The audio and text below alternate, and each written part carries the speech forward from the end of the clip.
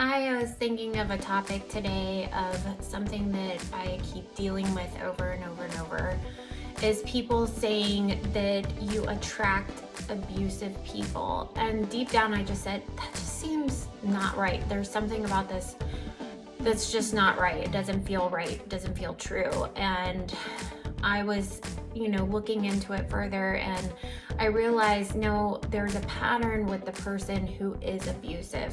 Well, for one, I wanted to say there are a lot of abusive people out there, and you're going to run into them over and over and over and over. And what changes is your response. They don't change. They come to you through family members, through romantic relationships, through coworkers, whoever it may be. You're going to encounter abusive people.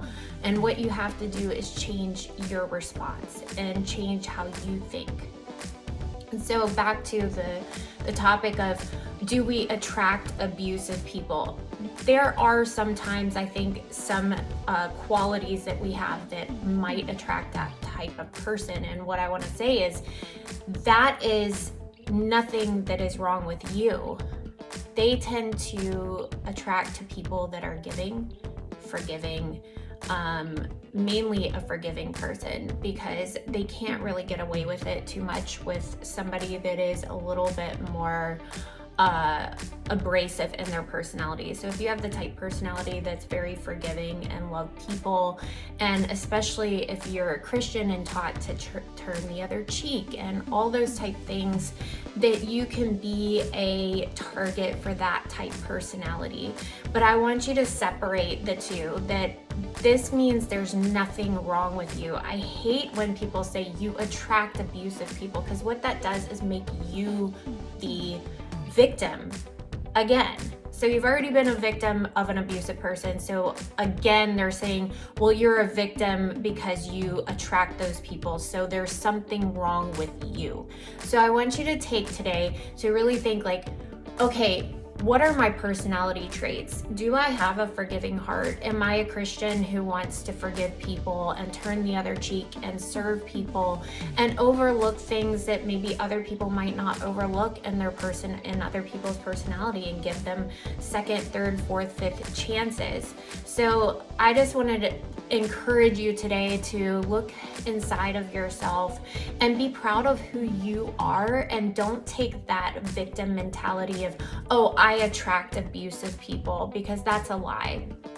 And another thing that I was thinking about is, now that I'm 42 almost, back in my 20s, people kept saying, oh, you have time, keep your eyes on Jesus. And these are things that happen in the church. They just throw these things at you. And when you're young and impressionable, you take these things in, but and then there's the whole, oh, you need to work on you.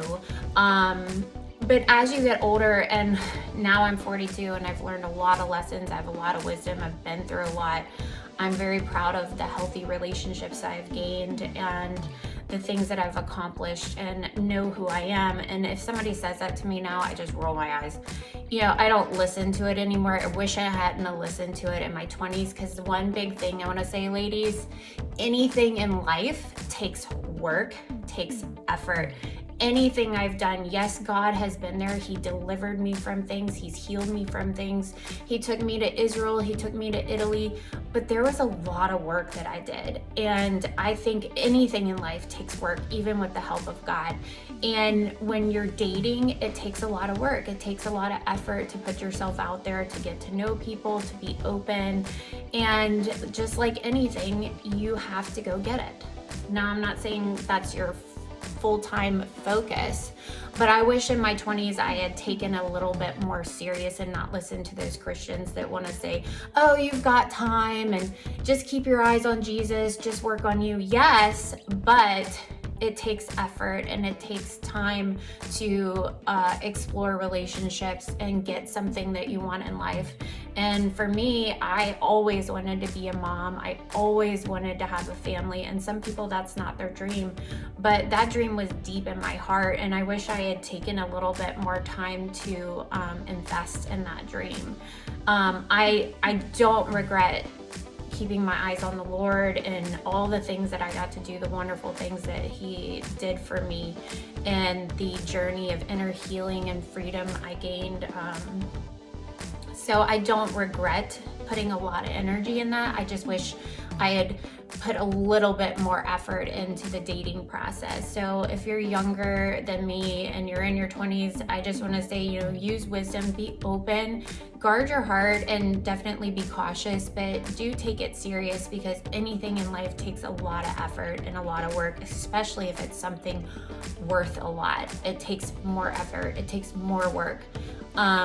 So let it not be your main focus, of course. Definitely keep exploring things in your life and your journey, and be happy with the gifts that you have and explore those, but definitely take time to date. And I just want to encourage you today to not take that victim mentality. There's nothing wrong with you. You didn't attract those abusive people. They are just out there, and they're predators, and they love to seek on people that are kind-hearted and forgiving.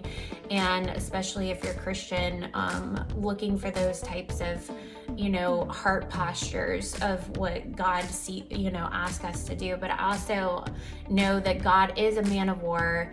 He does have boundaries himself, so we can take on that image that he has, that he doesn't put up with, abuse and those type things. And somebody that had turned against him, Israel turned against him many times, and he drew the boundary line. He gave them a lot of chances, but he does draw the boundaries, and we can take that and know that we can draw the boundaries with these type people and not take it anymore. And be strong today.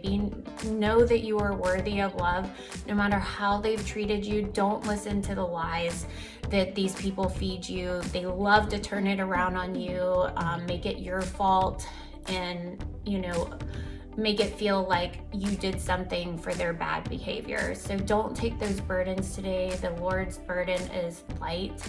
His yoke is easy, his burden is light. Be free today and hold your head up high, and just keep exploring those lovely things that God's given you, and be open to new relationships, whatever that looks like, new friendships, and just be open to the people that are coming across your path, and know God is going to bring the right person.